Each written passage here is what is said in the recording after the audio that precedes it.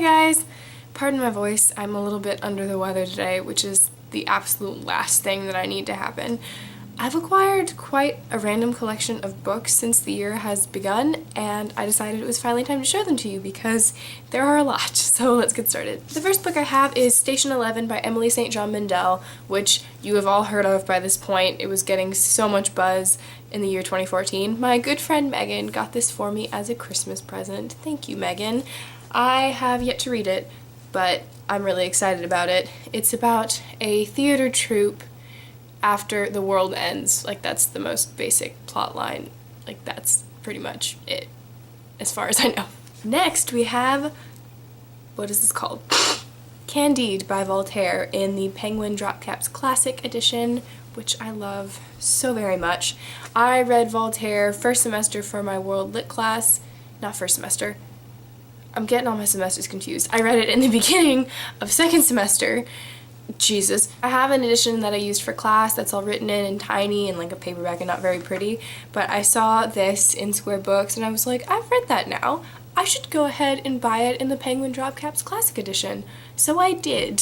Next we have Bad Feminist by Roxane Gay. If you have a constant reader number at Square Books, after you spend a certain amount of money, you get store credit, so I bought this with my store credit and I'm so excited to read it. I am really excited to read this because of all the positive reception it has gotten, and of course, like, it's about feminism, so of course I'm excited to read it. And also, this ticks a few boxes. It's by a woman of color, and it's also an essay collection, so I can start actually moving forward on my reading challenges for 2015.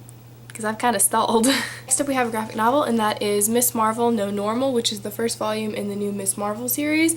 I've already read this and really enjoyed it. It's just fun. I love superhero graphic novels, and when they have characters of color, like, that makes them even better. So this was good. I enjoyed it. Yay. Next up is kind of a weird one. It's D.H. Lawrence's Women in Love. There was a used book sale going on in the Union a couple weeks ago, and I saw this, and it's in the Penguin, I think this is the Modern Classics.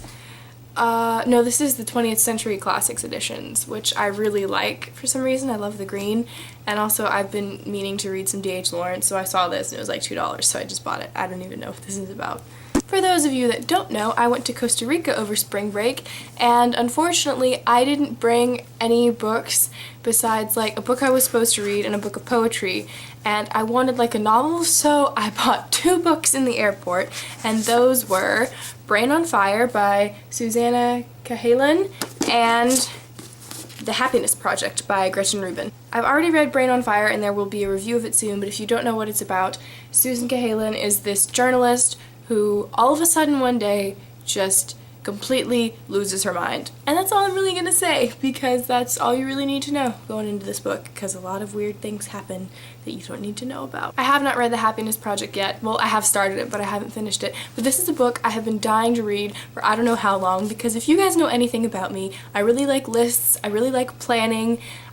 This book appeals to me so much because it's about like making lists and like doing things and like increasing your own personal happiness, and I really like what I've read so far, so I can't wait to finish this book and give you guys a review. Next we have a book I don't think any of y'all will have heard of, actually. It's The Woman Who Watches Over the World by Linda Hogan, which I had to purchase for my nature writing class, and this is a memoir by Linda Hogan, who is Native American. I believe she's Chickasaw, and I have not finished it yet. I have about this much left. This is probably one of the most devastating memoirs or works of nonfiction that I've read in a very, very long time. It's beautiful. Linda Hogan is really, I think you'd call her a poet by trade. I think that's how she identifies herself. So a lot of that comes out in this, and just, I will have a review of it once I finish it, but I'm gonna go ahead and say that I think everyone should read it, because it's just, it's a personal history, but it's also a Native history, and it's absolutely horrifyingly, devastatingly beautiful. Next up we have Interpreter of Maladies by Jhumpa Lahiri. I found this in Off Square Books for like $5, so I bought it. I don't know what it's about, but I do know that Ashley over at Climb the Stacks absolutely loves this book, and I think something else that Jhumpa Lahiri has written, or everything that Jhumpa Lahiri has written, so I'm excited to get into this because I know it's good. And finally, we have my 2 prized purchases that I'm not ashamed about at all. Not at all. The first one is Kazuo Ishiguro's new book, The Buried Giant, and it's a signed first edition. I have no idea what this is about, but it's Kazuo Ishiguro's newest work, and it's signed, and it's beautiful. Just like, look at this. Let me show you the end papers. Let me just show you it naked. I'll just show you the book naked. Hold on. Here is the front cover. Here is the spine. Oop. Here's the spine. And here are the end papers. This was definitely a worthwhile purchase. Not only is it a signed first edition, it's an absolutely stunning signed first edition. I'm so excited to read this and just like have this in my collection. Oh my god. And finally, the last purchase I made in these past few months was a signed first edition of The Night Circus by Erin Morgenstern. Sorry for the glare. I can't really help that. This cost me $40, but it was so worth it. I wanted a hardcover anyway because I like the hardcover edition much more than I like the paperback edition, especially because it does that weird thing where the front cover is shorter than the rest of the book, which I hate. But when I found out that it was not only in hardcover but also signed, I just had to get it. I didn't care that it was $40. It was worth it. Now, let's examine the book. Here's the front. Here's the back. Here is the spine. Oh my god, like, that's probably my favorite part. This is what it looks like naked. Oh god, I can't handle it. And these are the end papers. Oh my god. Let me show you the signature. I didn't show you Kazuo Ishiguro's signature, but I'll show you Erin Morgenstern's. I swear, some of these authors just like do a line and that's their signature.